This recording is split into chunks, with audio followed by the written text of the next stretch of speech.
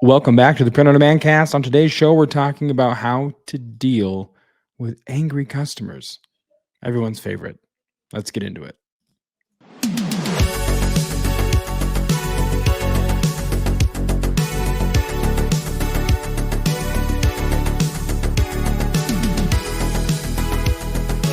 Welcome back, everybody, to the Print on Demand cast. Thank you so much for tuning in to this week's show. And as always, before getting into the meat and potatoes, the nitty gritty, the main course of the episode, whatever you're listening to this on, do us a favor and like and subscribe and review and all those other things.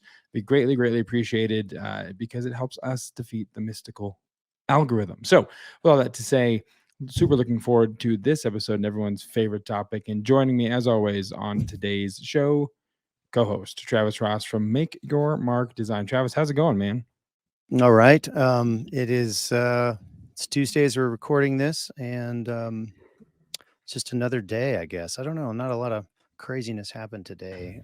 Back's a little better, actually a lot better That's than good. it was last week. What did you do to fix it? Anything of I note? waited. Okay. Just the old waited out.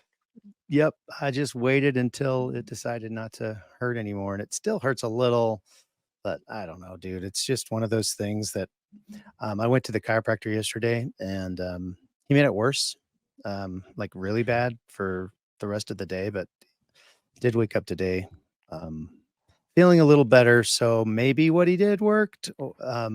And I probably shouldn't have punched him, but You can never go back. but yeah, can't go back. So done deal. got to find a new chiropractor, and we'll go from there.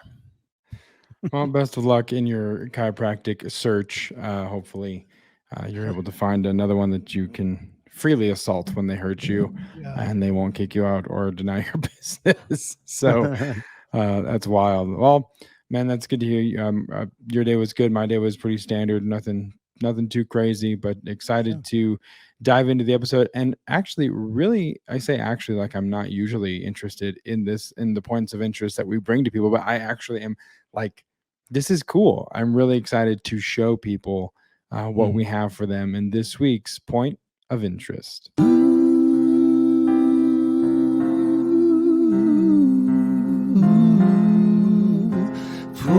of interest.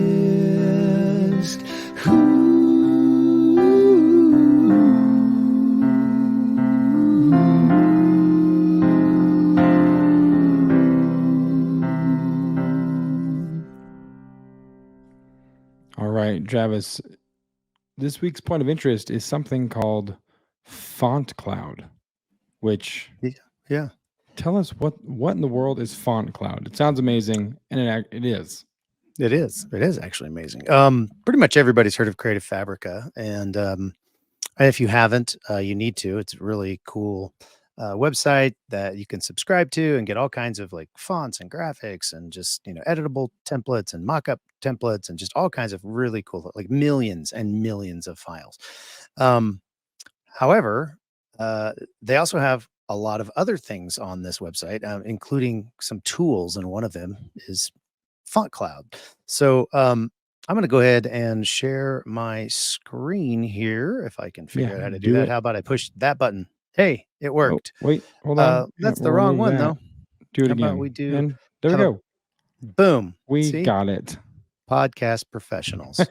And so as you can see here, I'm on the Creative Fabrica website, and if you go to this tools in the menu bar, you come down here, click FontCloud. I am logged in right now. This is a free online font manager, so you do not have to have an account for this. And you can open it, and once you're in, you see all of these different fonts that I've got loaded up over here. Now, I don't have very many loaded up because I just got this, but as you can see, they're all being previewed here. And all I have to do is I can like write something in here like print on demand, and I can see it. And you saw how fast that updated all of those fonts. Really, really cool. So you can upload true type fonts or OTF fonts.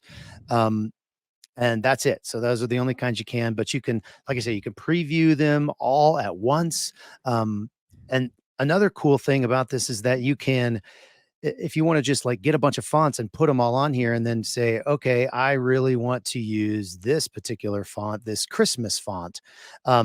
If, you know, because you came on here and you put some text and you go, oh, looks really good in this, I'm going to use this. You don't have to have this on your computer. You can literally download it, install it on your Photoshop and your Word and you know, whatever thing that you need it natively on your computer. And then when you're done, you can delete it again because you've got it here in FontCloud and you can just use it when you need it. It's really, really cool. Then you can also find different, you can see all of the different things that, you know, or all of the different letters that, you know, are included in or characters, I guess, that are included in a particular font. So let's say I want just that little C, you know, copyright thing. When I click that, you see right here, it says character copied to the clipboard. So now I can come back out here to the main area and paste that little C, you know, the C with the Oh yeah, circle, if you're no listening to it. copyright. Yeah, Yeah, and I can see it in all of, if they have it in any of these fonts, I can see it. I can see what it's gonna look like, and I go, "Oh, you know what? I really like this one in this Melinda script."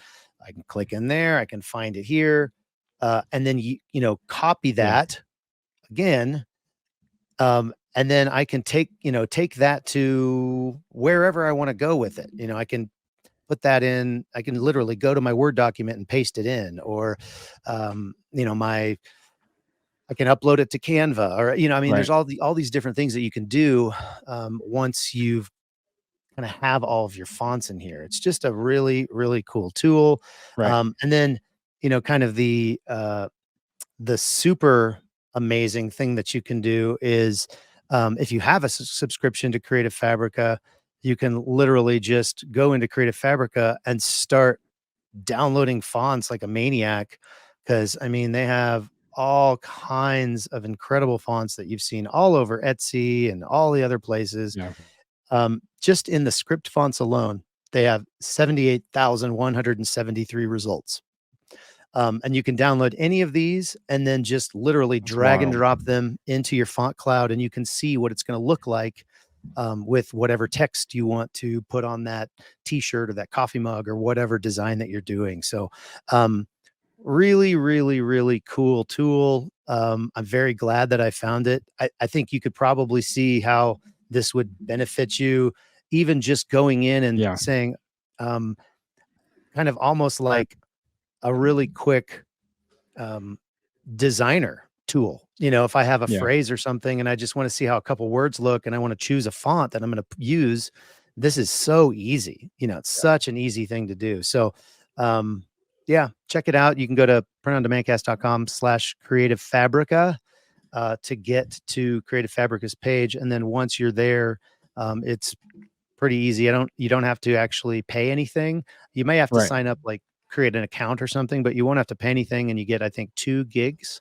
Um, Wow. and then if you do want to join, you can get like 20 gigs, you know? So, Yeah. but yeah, check it out and see if it's for you, see what you could do with it. I don't know. Do you have any other thoughts Yeah. on like other ideas that you could do with this thing? I mean, it seems like it's pretty. The ideas are kind of endless, especially when it comes to fonts. If you're doing graphic design, if you're doing text T-shirts, if you're doing, I've used stuff similar to this to find the font for my tattoos. You know what I mean? Like Mm, I use those all yeah. of the time to get cool, unique fonts that fit the kind of vibe that I'm going for. So happens pretty frequently. And you made a YouTube video about it, kind of walking it through, kind of more in depth Hmm. as well. So you can go to printondemandcast.com/YouTube, and you can watch the video. And then, like Travis said as well, you can go to printondemandcast.com/creative fabrica and sign up. Again, like I said, I'm not sure if you have to have a paid account, but we think it's free. So let us know how that goes Yeah. when you visit the link, and let us know, and then show us what you do with it. I mean, show us how you implement it. Show us what you create with it, and ways that you've kind of utilized this amazing tool, because it looks like a lot of fun, and I could spend a lot of time downloading fonts. Yep. uh, that I mean, I do that sometimes anyway. Just kind of get on a little weird little rabbit hole of looking at fonts. So Mhm. it's the designer, I guess, in me, or however much that is. So, but check it out again, printondemandcast.com/creative fabrica, and see what it's all about. So, with that being said, like at the top of the show, we talked about everyone's favorite subject, and it's getting into the time of the year when you're going to run into this more frequently, just from a pure volume standpoint, and Mm. that's angry customers.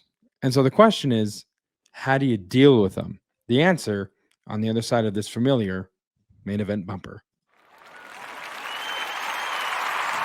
Ladies and gentlemen, the main event. I said the answers on the other side of the bumper. I could have just said our opinion of what we think the answers would be on the other side of that bumper. But It's probably more accurate. yeah. So here's the deal: 95% of all customer communication is negative. Much like the news, the negative things make the most noise, get the most attention. Unfortunately, no one is going to just reach out and let you know how much your product is amazing and awesome and nailed it, and they didn't have to worry about it and it was perfect the first time. Unfortunately, you won't hear from those people a lot. You might want to try and get them to leave you a review or 2 or 3, but again, 95% of it is going to be negative. So the question is, how do you maintain a professional demeanor and not get super frustrated in these interactions? I think, I used to just kind of walk away. I would write the response and then I would delete it and then I'd walk away and then, just take some time to actually process what I want to say. Because usually your first initial reaction is not the right thing to say. I know Jason would do that a lot too. An Amazon customer would complain and he'd type out this long response. Then he'd read it out loud and then sit there and then delete it. Come back to it later. Right. Because you have to figure out a way that you can still maintain your professional demeanor, because the reputation of your shop really is what's on the line. If you kind of snap or lash out, there's such things called screenshots, and the internet lives forever. And so you never know what your response, where it will end up, what forum, what post, what Reddit thread, what you could be all over the internet in the matter of minutes because you didn't take a second and think through the thing that you said in your response. Yeah. I when we were doing this, our outline, I said,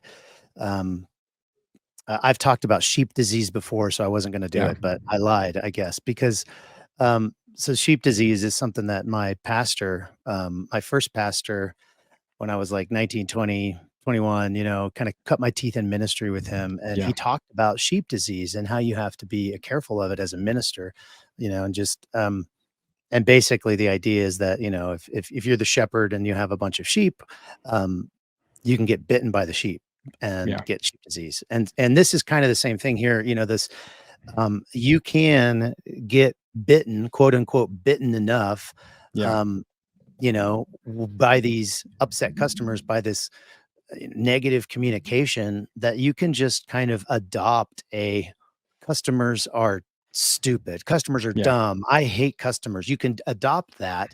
And not only will it not help you be good at customer service, it'll also just suck, it'll just make you miserable. And so why would you want to adopt that? And so before we even get into the things you can do, in these scenarios and what scenarios can even come up and all of that, I think we just need to address the mindset of, we are in the service industry, e-commerce is the service industry. And so, there's going to be times when you have to bite your tongue. That's just the way it is, but, you're also just going to have to let that go, because that is a constant thing. I've been doing this since 2014 and I've had plenty of times where, you've heard this, the customer is always right. Well, that's just not true. And you've probably experienced that, you've probably experienced, well, the customer's completely wrong here. Why do I have to eat it? Why this isn't fair? And that's the thing though. We are in business and doesn't have to be fair. It's just, that's just the way business goes. It's the way the cookie crumbles, unfortunately. But so when you're looking at this, you got to ask yourself kind of why is the customer upset? What triggered this reaction or this interaction that you're having with this customer? What did you do, or what did they perceive that you did? So there's usually 4 main reasons. Starting with 1, because of a mistake you or your vendor made, which is a direct reflection of you and your company. Even if you're not doing production, I've said this 1,000 times, but your customer doesn't care that Printful is the one that fulfilled that shirt. That they could care less. You are the face of your company, so you are going to have to know how to resolve issues with a print provider like a Printful quickly, or what the process is, because you can diffuse a situation very quickly if you know and can speak to it intelligently how you are going to remedy that situation. Mhm. Um, Own the mistake, own it. When working with people, my one of the things I found out about myself is, if you own the mistake, if you're an employee of mine and I confront you with an issue and you own it, we can move on. If you pass the buck, it pisses me off. Right. And I have an issue, then the issue is then bigger than it was before, because you just won't own the mistake. So you've got to own. Yeah. So that's if you or your vendor made a mistake. The next one, one of the main reasons that a customer could become upset is because of a mistake somebody else made. Yeah. So it's not necessarily it's not you or your vendor. Maybe it's the post office and, Yeah. they delivered it to the wrong house, or, A porch pirate. there was a porch pirate. Yeah. Theft. I actually, was trying to get a debit card for one of my companies, and I've tried it twice and it didn't come multiple times. So finally I called. I'm like, what is going on? Why can't you guys get me a freaking debit card? They're like, "Oh, sir, what's your address?" I realized I had entered my address incorrectly. It was Oh, my mistake, not that would be theirs. why. I was pissed. Yeah. Yeah, and so we fixed that thing, and I went in today, and I'm going to get my debit card in 2 days. So, Nice. um, y- I was an angry customer because I thought that it was their There mistake, was a but perceived, yeah. it was actually mine, and that can happen a lot of times. And Yeah. the person that dealt with me on the phone was very patient and very, "Oh, I'm so sorry that this was incorrect, but now we've got it Yeah. fixed. All you have to do is stop into this," and they made a way where there was no way. So it doesn't necessarily have to be you or your vendor. It can also be completely out of your Yeah. control, but it's still going to reflect on you, Yeah. and you're still going to have to figure it out.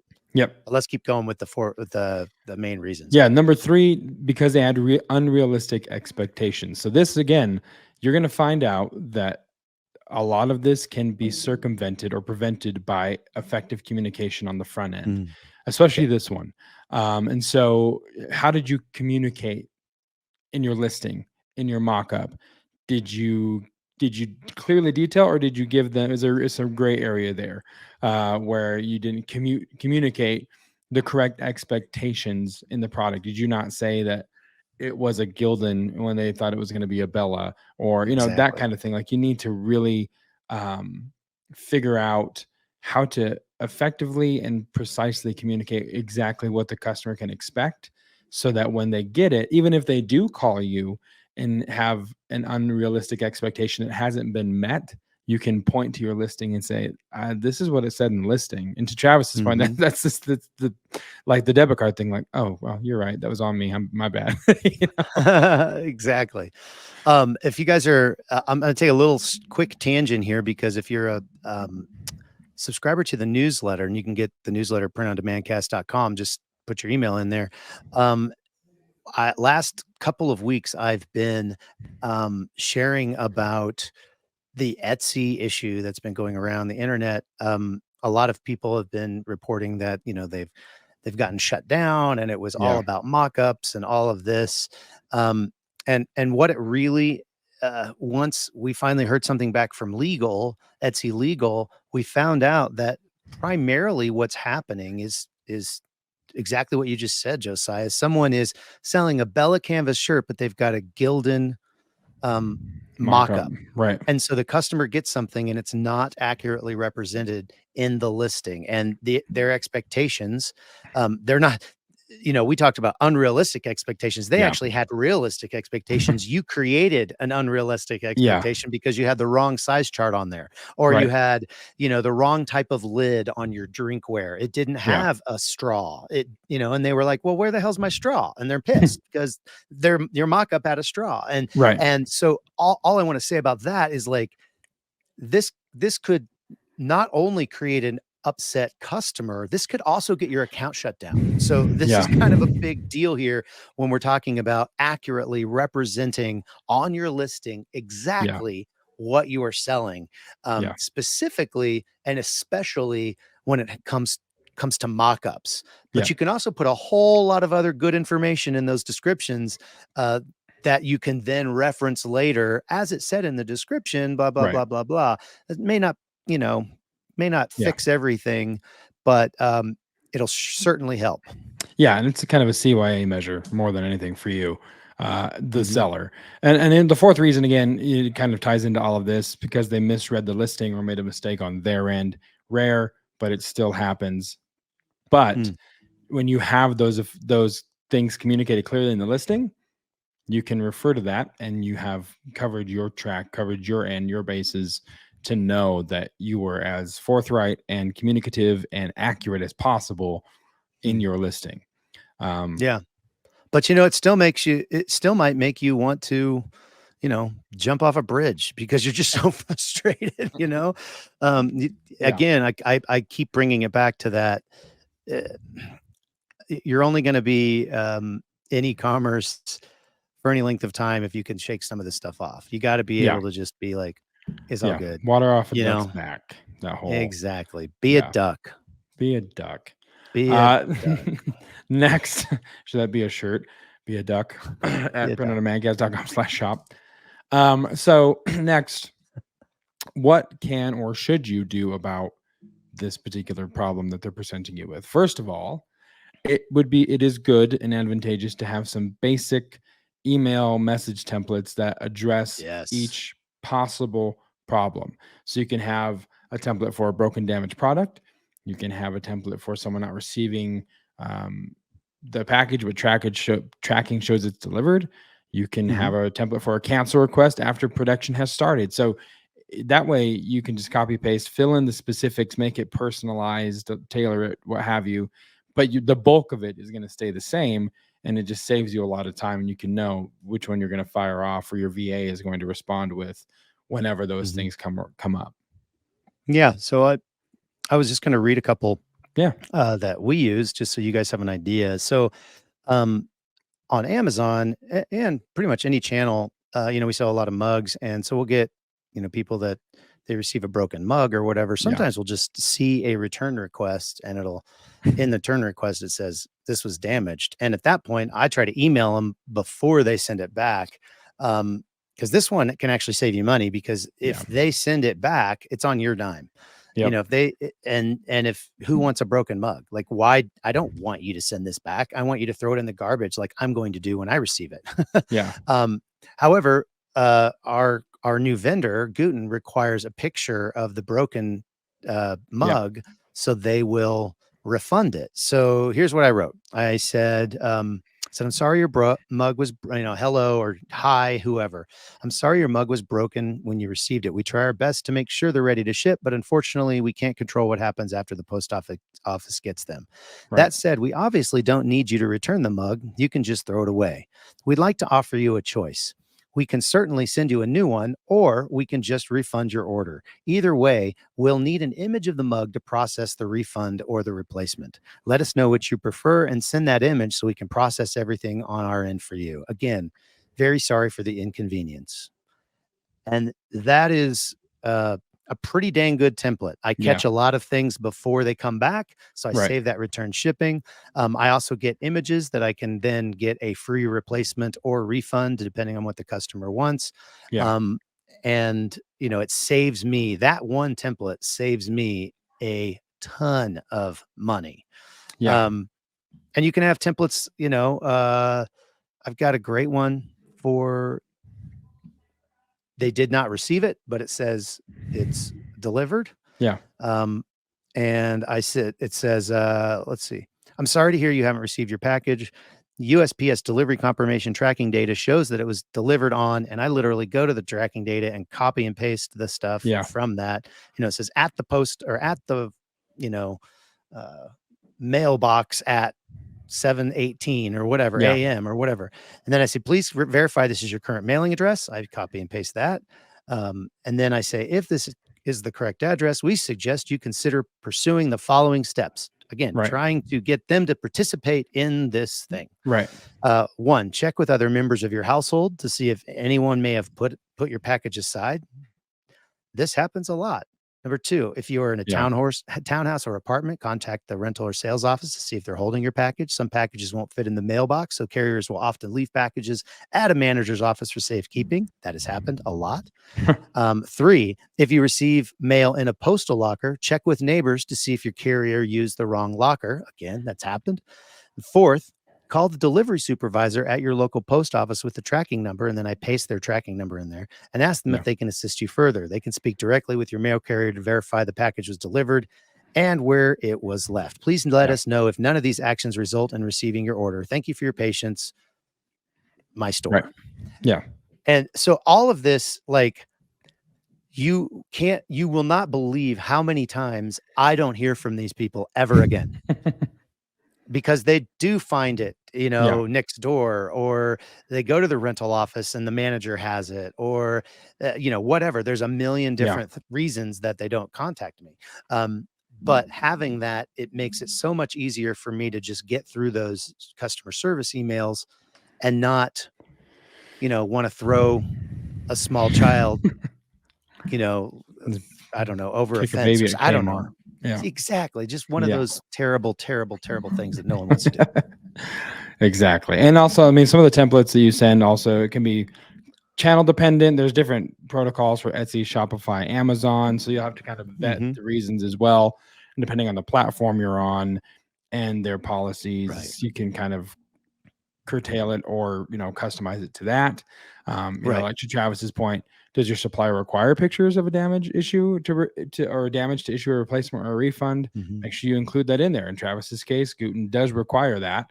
So you need to require, or, add and include that information to that template email so that the customer knows that it's happening. Yeah. I mean, to your point about channel being channel dependent, like Amazon's going to refund, if the customer, feels like, it's a bad day, like it's too cold that day. And, I want to return this because it's cold outside. All right, sure. Here's the seller's money I'm going to give to you. And that's Amazon's, it's customer centric.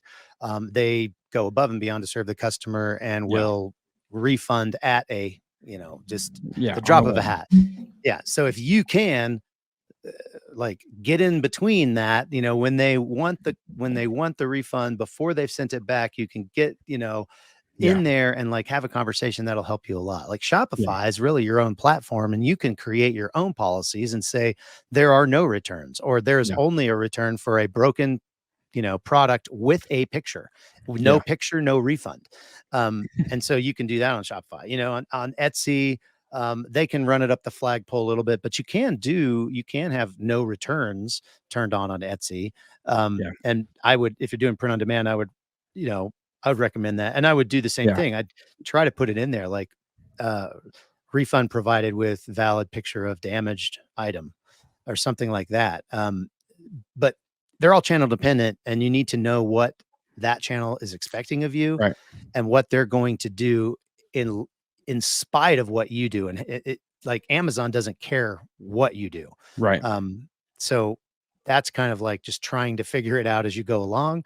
Shopify and Etsy, you have a little more, like, I'm still going to have to refund the guy on Amazon that has a broken mug, even if he doesn't send me a picture, because Amazon's going to do it, not me.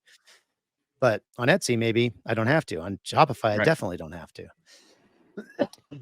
Yeah. So and the next thing as well, I mean, you want to make sure, if there's any follow-up that's needed, you just set a reminder, send new tracking once the replacement ships, just make sure you're doing your follow-up as well. That always goes well to maybe even kind of salvaging the relationship between yourself and the customer. If you're doing that on the back end, maybe they won't leave a bad review. Maybe they'll give you a good review, and it might say, hey, I had a problem with my order, but man, Travis really was good at following up with me, got it solved right away. That's also great to see on a review page as well. So just make sure that you are, setting those reminders for any follow-up that's needed. But again, in the end, it's only you that can prevent forest fires. In my mind, It was the joke about the monk that sells flowers, and it was What florist joke? friars. Oh, Yeah, don't support monks that sell flowers because only you can prevent florist friars. So, florist friars. yeah. Do you want to use that? I mean, is that good enough for a No, daily no, that deck? was Oh completely gosh, that's on man. a whim. I don't even know that's how the joke goes, to be completely honest with you. However, I like it though. here's what you here's what you can do to prevent a bad customer experience. Again, check your listing descriptions. Spell out what the customer should expect and spell out how long it should take. Even pad a day if you feel like that's necessary, but manage those expectations. Make sure you're communicating after the sale happens. Let them know you received the order. Send them the tracking email. Send them up a follow-up email when you know the package has been delivered. See how things are going. But that is dependent on you, and you can do a lot of work on the front end and preparation on the front end to circumvent this interaction that happens. Yeah, it's particularly on Etsy. There's so much you can do to communicate with your buyers in a really easy way. Like that Etsy app that they have for Messenger, that they redid it a few years ago, and the new one's just amazing. And you can literally, it's almost like texting, Yeah. with your buyer, and you can really create a lot of goodwill between you. And so if something bad Yeah. does happen, you have kind of some credit to draw on, Yep. some Some feel equity. good credit. Yeah. Yeah. Some Yeah. equity. And so the other thing that, some of these practices, these best practices, that Josiah just talked about, like particularly like with that follow-up email, that's a great time or great opportunity to like create, um, to ask for an email, Yeah. to start building an email list, of buyers that have come, Yep. so there's an opportunity here that is beyond just keeping everybody, happy. Yeah. There's business building that can come out of this, Yep. if you play it right. But yeah, I mean, Yep. that's really it. I mean, make sure your listing descriptions say what they say or say what they're supposed to say, and they get, all the expectations are clear. Your Yeah. listing pictures are exactly, I cannot stress this enough, exactly what you are selling. You're telling them how long it's going to take. You're, maybe even saying your refund policy. There are no refunds. I know you could set that in one place, but Yeah. you can, even put it in your description on Etsy as well. You have to send us a picture, whatever. And then, yeah, just try to communicate as best you can, as and after the sale happens, and there's automated like tools that you can use for that as well. But depending, if you don't get a whole lot of emails, or I mean, a whole lot of orders, make a template Right. that, you know, every week you go and send to everybody that bought something from you that week. And, Yeah. since X day or whatever, and it's been delivered, and you send them all a follow-up email and make sure everything's good. And you ask for their email and you start building a list, et Yeah. cetera, et cetera, et cetera. Yeah. Fantastic. Travis, anything else before we wrap this one up? Anything you want to add? I know you were talking about your soccer, your football, you're watching a soccer game. I don't know. Anything you want to add to the end of this episode that you would put a button on it? Yeah, I was telling him earlier about a girl way back in the day that I used to date. And Yeah. like on one of our first dates, she told me that she was a goalie on her soccer team. Yeah. And I immediately knew two things. I knew she's a keeper. And two, it's going to be really hard to score.